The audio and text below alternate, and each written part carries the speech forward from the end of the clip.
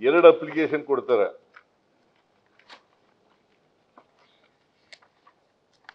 ಒಂದು 14ನೇ ಇಸ್ವಿನಲ್ಲಿ, ಇನ್ನೊಂದು 21ನೇ ಇಸ್ವಿನಲ್ಲಿ. ನಾನು 14ನೇ ಇಸ್ವಿನಲ್ಲಿ ಮುಖ್ಯಮಂತ್ರಿ ಆಗಿರ್ತೀನಿ. ನನ್ನ ಹೆಂಡತಿ ನನ್ನ ಗಮನಕ್ಕೆ ತಗೋಬರ್ತಾಳೆ, ಹಿಂಗೆ ಅರ್ಜಿ ಕೊಟ್ಟಿದ್ದೀನಿ ಅಂತ. ನಾನು ಹೇಳಿದೆ, ನಾನು ಮುಖ್ಯಮಂತ್ರಿ ಆಗಿರುವಾಗ ಈ ಅರ್ಜಿನ ಎಂಟರ್ಟೈನ್ ಮಾಡಲ್ಲ, ಜಮೀನು ಕೊಡಲ್ಲ. ಮೂಡಾದವ್ರು ಏನು ತೀರ್ಮಾನ ಮಾಡ್ತಾರೆ ಮಾಡಲಿ ಅಂತ ಹೇಳಿದೆ. ನನ್ನ ಗಮನಕ್ಕೆ ತರಬೇಡ, ನಾನು ಮುಖ್ಯಮಂತ್ರಿ ಆಗಿರೋವರೆಗೂ ಮೂಡಾದವ್ರಿಗೂ ಹೇಳ್ತೀನಿ ಇದನ್ನ ಕೊಡಬಾರದು, ಆಮೇಲೆ ತೀರ್ಮಾನ ಮಾಡಿ ಅಂತ. 23/6/14 ಅರ್ಜಿ ಕೊಡೋದು, ಇದು ಮೊದಲನೇ ಅರ್ಜಿ. ಈ ಅರ್ಜಿ ಮೇಲೆ ಏನೂ ಆಗಿರೋದಿಲ್ಲ. ಆಮೇಲೆ ಮತ್ತೆ 1 ಆ ಅರ್ಜಿ ಮೇಲೆ ಮೂಡ 15/12/2017 ಒಂದು ನಿರ್ಣಯ ಮಾಡ್ತದೆ. ಲಾಸ್ಟ್ ಅಲ್ಲ, ನಮಗೇನು ಗೊತ್ತಿಲ್ಲ ಅದು. ಓದ್ರಿ ನೀವು. ಅದೇನು ನಿರ್ಣಯ ಮಾಡ್ತಾರೆ ಅಂತಂದ್ರೆ, ಮೂಡಾದವರು ಅರ್ಜಿ ಕೊಟ್ಟ ಮೇಲೆ ಯಾವಾಗ ಇದು 2017 30/12/2017 15/12 ಮತ್ತು 15/12/2017 30/12/2017 ಒಂದು ನಿರ್ಣಯ ಮಾಡ್ತಾರೆ. ಏನಂತ ನಿರ್ಣಯ ಮಾಡ್ತಾರೆ ಅಂದ್ರೆ, ಸದರಿ ಪ್ರಕರಣದಲ್ಲಿ ಭೂ ಸ್ವಾಧೀನ ಪ್ರಕ್ರಿಯೆಯಿಂದ ಮೇಲ್ಕಂಡ ಜಮೀನನ್ನು ಕೈಬಿಡಲಾಗಿದ್ದರೂ ಪ್ರಾಧಿಕಾರದ ವತಿಯಿಂದ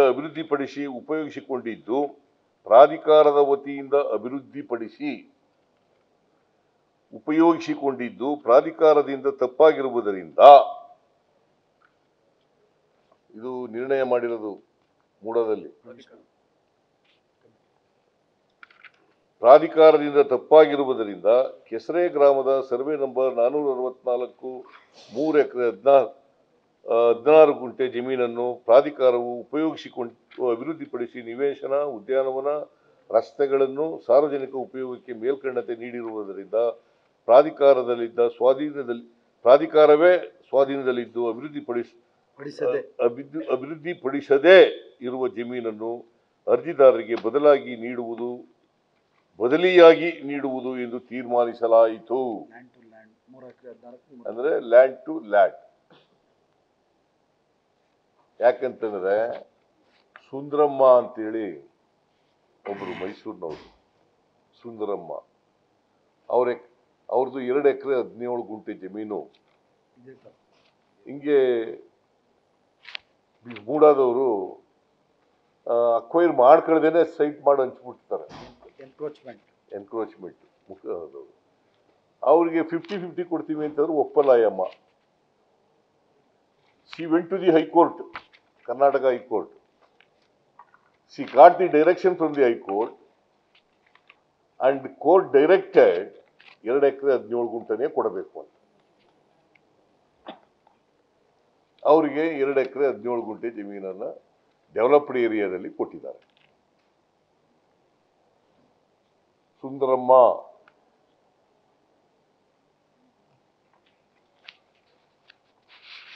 ಇದಾದ್ಮೇಲೆ ಕಮಿಷನರು ಶಿವಕುಮಾರ್ ಸೈನ್ ಮಾಡ್ತಾರೆ. ಅಲ್ಲ, ಇನ್ನೊಂದು 21 ಅಪ್ಲಿಕೇಶನ್, ಮೇಡಮ್ ಅಪ್ಲಿಕೇಶನ್, ಅಮ್ಮಂದು ಅಪ್ಲಿಕೇಶನ್ ಇದೆ. 21ರಲ್ಲಿ ಬದಲಿ ಜಮೀನು ಕೊಡ್ರಿ ಅಂತ ಹೇಳ್ತಾರೆ. ಆಮೇಲೆ ನಾವು ನೋಡಿ ಇನ್ನೊಂದು 21ನೇ ಇಸ್ವಿನಲ್ಲಿ ಅರ್ಜಿ ಕೊಟ್ಟಿರೋದು ಯಾವ ತರ ಅಂತಂದ್ರೆ, ಇದು ವೆರಿ ಇಂಪಾರ್ಟೆಂಟ್. 23/6/14 ಇದು 25/10/2021 ಮೈಸೂರು ತಾಲೂಕು ಕೆಸರೆ ಗ್ರಾಮದ ಸರ್ವೆ ನಂಬರ್ 464 3 ಎಕರೆ 16 ಗುಂಟೆ ಜಮೀನನ್ನು ಭೂಸ್ವಾಸಿ ಪ್ರಕ್ರಿಯೆಯಿಂದ ಸರ್ಕಾರ ಕೈಬಿಟ್ಟಿದ್ದರೂ ಕೂಡ ಪ್ರಾಧಿಕಾರವು ಸದರಿ ಜಮೀನಿನಲ್ಲಿ ಬಡಾವಣೆ ರಚಿಸಿದ್ದು, ಈ ಬಾಬ್ತು 50-50ರಷ್ಟು ನಿವೇಶನವನ್ನು ಬದಲಿಯಾಗಿ ನೀಡಲು ಕೋರಿ ಸಾಕಿದೆಲ್ಲ ಏನು ಬೇಡಪ್ಪ. ಸೊ ಇದರಲ್ಲಿ ಕೊಟ್ಟಿರ್ತಾರೆ.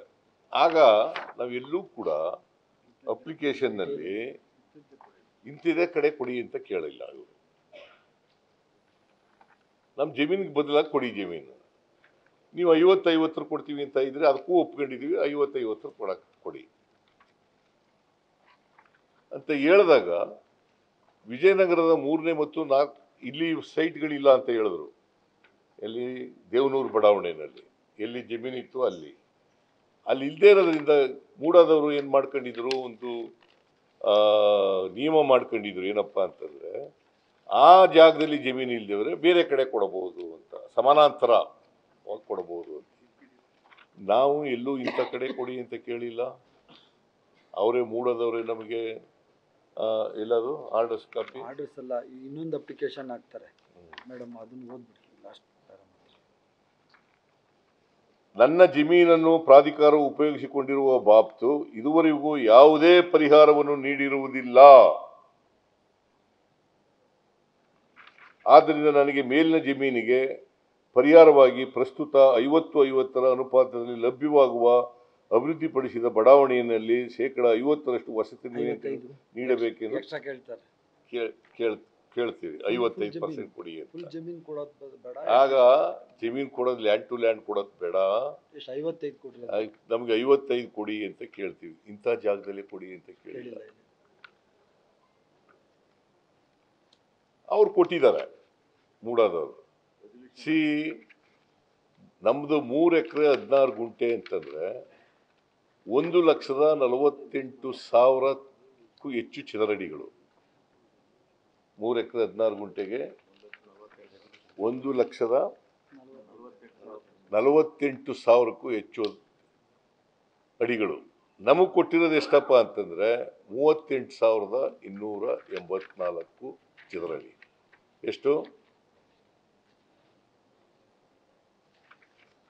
38,284 ಚದರಡಿ. ನಮ್ಮಿಂದ ತಗೊಂಡು ಸೈಟ್ ಮಾಡಿಬಿಟ್ಟಿರೋದು ಎಷ್ಟಪ್ಪ ಅಂತಂದ್ರೆ 1,48,000ಕ್ಕೂ ಹೆಚ್ಚು ಚದರಡಿ. ನಮಗೆ ಬಂದಿರೋದು 1,48,000ದಲ್ಲಿ 38,284 ಚದರಡಿ. ತಿಳುವಳಿಕೆ ಪತ್ರ ಬರೀತಲ್ಲ ಅವರು ಪ್ರಾಧಿಕಾರದವರು. ನ್ಯೂಸ್ ಫಸ್ಟ್ ನಿರ್ಭೀತಿಯಿಂದ ನಿಮ್ಮ ಪರವಾಗಿ.